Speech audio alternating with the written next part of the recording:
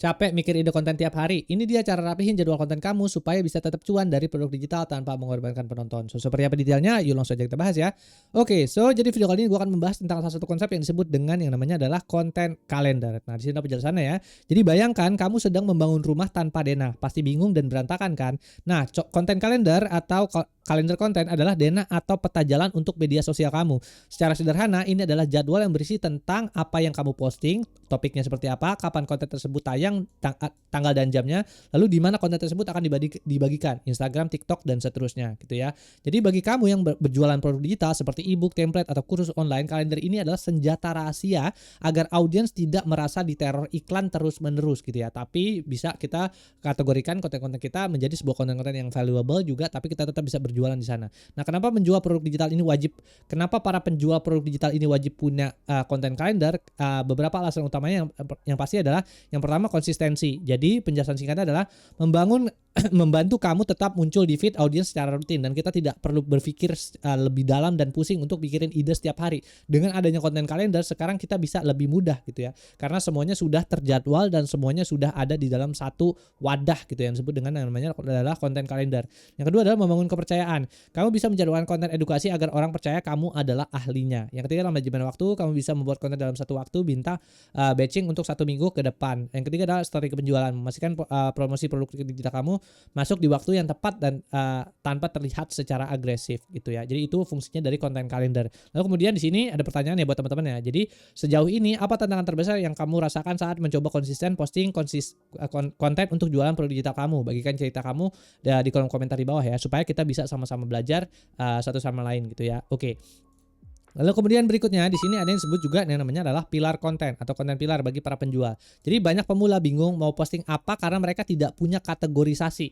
Dengan pilar konten kamu tidak perlu pusing lagi setiap pagi. Untuk produk digital kita bisa membagi konten menjadi 3 pilar utama. Yang pertama adalah pilar edukasi di mana kita memberikan nilai atau ilmu secara gratis. Tujuannya adalah agar orang melihatmu sebagai seorang ahli di bidang produk digital tersebut. Itu yang pertama. Yang kedua adalah pilar kepercayaan atau trust. Menunjukkan testimoni proses pembuatan produk, behind the scene atau cerita sukses pembeli. Tujuannya adalah agar orang tidak ragu mengeluarkan uang gitu ya atau proses untuk melakukan building the trust. Yang ketiga adalah pilar promosi. Menjual secara langsung, menjelaskan fitur produk, harga dan cara beli gitu ya. Nah, kalau di sini ini 3 pilar konten pilarsnya itu disebut dengan konten edukasi, trust dan juga promosi gitu ya. Kalau ada juga yang udah gue pernah bahas di video sebelumnya itu disebut dengan the rule of third itu hampir sama sih, cuman dia bilangnya adalah curated content, yang kedua adalah engagement, bagaimana caranya kita bisa engage sama audience, yang ketiga adalah baru melakukan promosi produk. Itu sebenarnya kurang lebih sama lah ya. Cuman ini bedanya di sini di bagian tengahnya itu kepercayaan atau trust, bagaimana cara membangun kredibilitas gitu. Tapi kalau di the rule of third itu ngebahasnya tentang bagaimana cara kita untuk bisa keep on building engagement gitu ya. Nah, kemudian berikutnya di sini adalah ada tabel perbandingan agar kamu lebih mudah memahaminya. Yang pertama adalah edukasi, melakukan apa nih, tips tutorial atau cara pakai. Trust itu ya, membangun testimoni, proses kerja, spill isi produk dan seterusnya. Yang ketiga promosi itu diskon, penawaran spesifik, link dan beli dan seterusnya ya. Kenapa harus dibagi begini? Ya intinya adalah supaya audiens kamu tidak bosan. Jika isinya jualan terus promosi, orang akan kabur. Tapi jika isinya edukasi terus, orang lupa kalau kamu punya produk yang bisa dibeli kayak gitu. Jadi kalau ini juga salah satu kesalahan gue ya, intinya gue selalu memberikan value terus gitu sampai gue lupa untuk jualan produknya gitu ya. Jadi kalau bisa kita bisa membuat sebuah balance antara berjualan dan juga untuk bisa memberikan value. Nah ini ya, ini ada berhubungan dengan the rule of thirds yang gue dulu pernah bahas gitu di video sebelumnya. Nah kemudian di sini ada pertanyaannya, tim video versus tim carousel, antara posting berupa video pendek, reels atau TikTok atau carousel slide foto, mana yang menurutmu lebih asyik buat jelasin produk digital kamu gitu ya. Kira-kira balik lagi ya, kita nggak ada yang salah, nggak ada yang benar. Coba kita diskusi di kolom komentar di bawah. Kira-kira yang menurut teman-teman bagus tuh yang mana? Jadi kita bisa saling belajar satu sama lain. Habis itu berikutnya di sini ada yang ketiga yaitu adalah langkah mudah membuat jadwal mingguan gitu ya. Nah di sini ada template-nya ya, sebenarnya gampang banget ya. Ini tinggal bikin aja di Google Sheet gitu atau di Excel, kita tinggal bikin gitu kan, jadwalnya bentuknya kurang lebih seperti ini gitu. Nah di sini ya, jadi kalau ini kita bisa bikin platformnya apa gitu kan. Oh platformnya mau YouTube, kalau teman-teman mau ngincar semua platform gitu, YouTube, Facebook, LinkedIn, Instagram dan seterusnya itu bisa. Tapi kalau misalnya buat para pemula, kalau bisa menurut gua ya incar aja satu platform, lalu di situ kita bisa posting banyak video dalam satu platform kayak gitu. Misalnya contohnya di YouTube, hari Senin gue mau upload apa, Selasa apa, Rabu apa, Kamis, Jumat, Sabtu dan Minggu dan seterusnya. Jadi kita bisa bikin model yang ala-ala kayak gini supaya tujuannya adalah kita nggak bingung lagi ngurusin ide. Jadi tinggal kita pikirin ide sekali, abis itu kita melakukan eksekusi secara seterusnya gitu. Jadi enak banget nih kalau kita punya content calendar yang bentuknya kayak begini gitu ya. Habis itu berikutnya kita lanjut lagi ke langkah pembuatannya, yaitu adalah kunci utama bagi pemula adalah jangan paksakan posting setiap hari jika baru mulai ya. Tapi menurut gua sih lu harus memaksakan diri lu setiap hari kalau misalnya lu baru pemula, biar lu terbiasa gitu kan sama untuk bisa bikin konten. Ketika lu udah terbiasa barulah ya lu mau bikin konten-kontennya itu lebih banyak lagi, nggak cuma satu setiap hari, itu juga nggak ada masalah. Tapi pastikan ada kalau bisa lu bikin konten itu setiap hari gitu ya, supaya lu terbiasa bikin konten dan kemudian lu bisa jualan produk lu di sana. Kemudian lebih baik posting 3 kali seminggu tipe berkualitas. Ini nggak valid sih sebenarnya ya. Tapi intinya ya kalau bisa tiap hari, tapi kalau nggak bisa ya bisa 3 kali dalam seminggu, at least minimum dapat segitulah. Berikutnya di sini adalah berikut adalah langkah mudah untuk menyusun jadwalmu. Yang pertama adalah tentukan frekuensi. Pilih beberapa hari dalam seminggu kamu sanggup membuat konten berapa. Misalnya Senin, Rabu, Jumat atau seterusnya. Itu pilih slot waktu. Gunakan waktu di mana audiensmu paling aktif. Biasanya jam istirahat atau malam hari. Itu ya. Yang ketiga adalah siapkan konten lebih awal. Lakukan batching, membuat beberapa konten sekaligus dalam satu hari agar sisa harimu bisa fokus berjualan atau membalas chat pelanggan. Gitu ya. Kemudian berikutnya di sini ada contoh sederhananya. Contoh jadwal mingguan sederhana 3 kali seminggu. Nah, kalau misalnya teman-teman 3 kali seminggu, ini kan setiap hari ya, dari Monday to Sunday.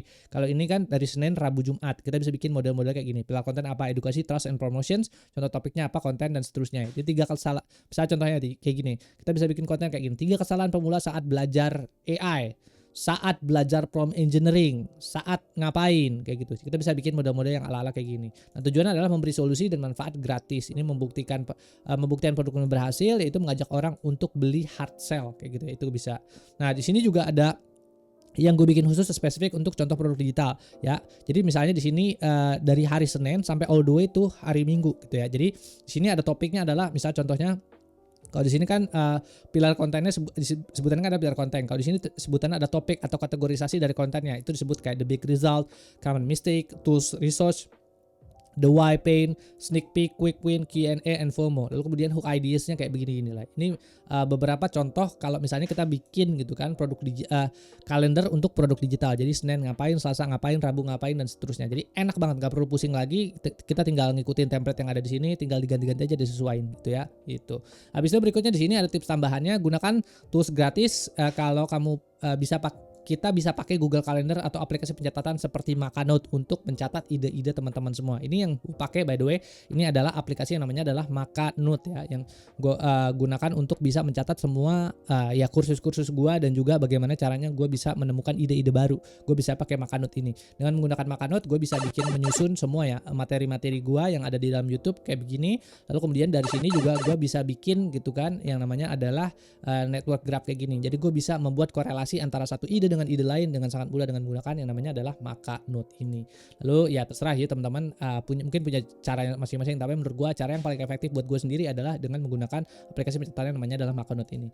Habis itu berikutnya di sini ada repurpose, satu video edukasi di hari Senin bisa kamu ubah menjadi teks untuk status WhatsApp di hari Selasa, hemat energi. Nah ini juga ya kita bisa melakukan yang disebut dengan content repurposing. Jadi kalau misalnya kita udah mentok idenya segala macam, kita bisa bikin kayak begini ya, content repurposing.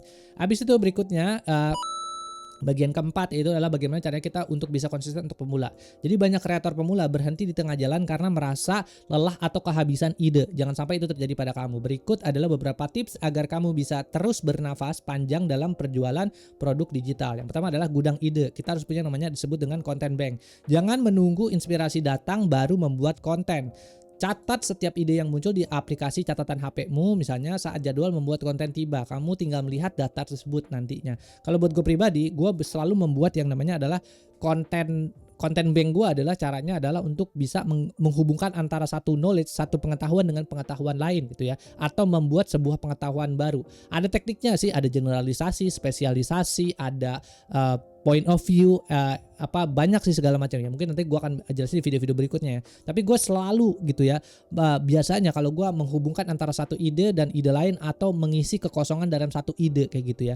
Dan gue menggunakan, ya ini balik lagi, gue pakai aplikasi namanya adalah Makanut. Jadi gue di sini misalnya gue bikin konten apa, misalnya viral kalender segala macam gitu. Nah ini ternyata berhubungan dengan trendjacking. Oh ini berhubungan dengan ini. Lalu dari negatif hook misalnya, negatif hook itu bisa dibahas apa lagi ya? Banyak nih dari sini ya. Kita bisa ngelihat turunan-turunan atau interkoneksi dalam satu ide gitu ke ide yang lain, atau kita bisa menemukan knowledge gap di antara keduanya itu dengan cara ya kita punya yang namanya kayak begini gitu kan. Kita bisa melihat secara langsung viewsnya seperti ini di network gap ini dengan menggunakan Makanut ini gitu sih. Jadi gue punya ide gudang ide konten gue tuh selalu gue lihat based on yang network graph yang ada di tadi gitu ya. Lalu kemudian di sini ada produksi, borongan atau batching, luangkan satu hari misalnya hari Sabtu khusus untuk memproduksi semua konten selama 1 minggu ke depan. Ini jauh lebih hemat energi daripada memikirkan konten setiap hari. Jadi itu yang kedua. Yang ketiga adalah daur ulang konten atau konten repurposing. Satu ide bagus jangan cuma dipakai sekali. Contohnya misalnya satu ebook yang kamu jual bisa dipecah menjadi 5 tips singkat di Instagram story gitu ya. Satu video edukasi di TikTok dan satu artikel di LinkedIn kayak gitu ya. Jadi kita bisa melakukan repurposing konten, tujuannya adalah untuk bisa membuat konten tersebut jadi lebih viral-viral dan menggulung sebutannya, compounding. Nah, gitu ya. Contohnya satu ebook yang ya ini sama ya, kurang lebih itu. Habis itu berikutnya di sini ada tabel resep anti mager. Yang pertama adalah mungkin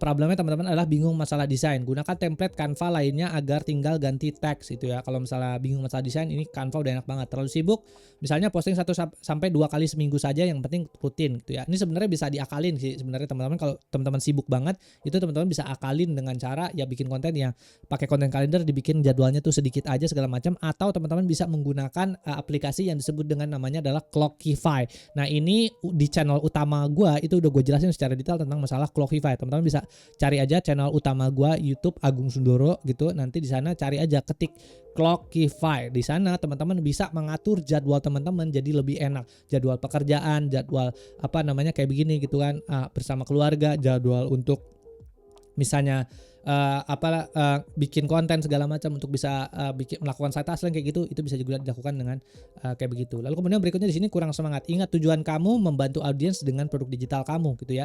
Nah ini kalau kurang semangat sih gue nggak bisa bantuin ya. Ya itu it's up to you bro. Ya cuman intinya adalah kalau teman-teman gitu kan problemnya adalah kurang semangat, teman-teman harus bisa melihat ke dalam diri teman-teman sendiri gitu ya. Ini kira-kira problem gue males kenapa ya gitu ya. Apa sih reason gue mau mulai mengerjakan atau bikin produk digital ini tuh alasannya apa itu. Terus juga teman-teman harus lihat ada juga teknik yang gue sebut dengan namanya adalah gue lupa ya. Namanya adalah sebentar gue lihat dulu nih, gue lupa nih namanya.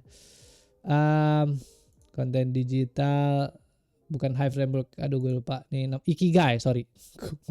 gua kadang-kadang suka lupa. Namanya adalah Ikigai lah teman-teman ya. Jadi kalau teman-teman untuk bisa membantu ini teman-teman jadi lebih bersemangat, ada video gue sebelumnya namanya adalah Ikigai, di mana teman-teman di situ bisa menggunakan teknik untuk bisa menemukan goal teman-teman tuh apaan. Ketika goalnya udah ketemu, nah yang dan bener-bener relevan, itu rasa males tuh akan hilang dengan sendirinya. Ada teknik namanya Ikigai. Teman-teman bisa nonton lah ya di channel gua ini, itu nanti bisa search Ikigai. Habis itu berikutnya sini takut hasilnya jelek. Ingat konten yang selesai jauh lebih baik. Done is better than perfect gitu ya. Jadi itu kata-kata atau quote-nya Mark Zuckerberg. Jadi lebih baik selesai dulu. Mau bagus mau enggak bodo amat. Yang penting selesai dulu. Nanti abis itu biarin let the market is giving the feedback. Abis itu cycle dari situ. Itu disebut dengan Kaizen loop atau continuous improvement loop. Jadi there's nothing perfect in this world, tapi done is better than perfect kata Mark Zuckerberg kayak gitu. Nah, abis itu berikutnya di sini ada bagian terakhir, yaitu adalah jangan lupa bagikan tips ini kepada teman-teman sesama kreator yang sedang berjuang membangun bisnis digitalnya agar kita bisa sukses bareng-bareng gitu ya. Ya intinya adalah jangan sampai value ini kalau bisa ya berhenti di teman-teman doang. Kalau bisa, kalau memang teman-teman melihat video gue ini valuable gitu dan bisa membantu orang lain, ya bantulah gue untuk bisa sharing video ini supaya teman-teman yang lain juga bisa terbantu dari apa yang gue sampaikan di video kali ini. Ya paling itu aja yang bisa gue sampaikan di video kali ini. Balik lagi ya, mudah-mudahan teman-teman terbantu dari apa yang gue jelasin. Kalau teman-teman nonton sampai habis, terima kasih. Terus di situ juga ada kalau teman-teman suka sama videonya, jangan lupa bantu share, like, sama komen. Terus itu juga gue juga di alus.com. Kalau mau ngobrol-ngobrol bisa lewat sana ya. Thanks for nonton. Oke, bye.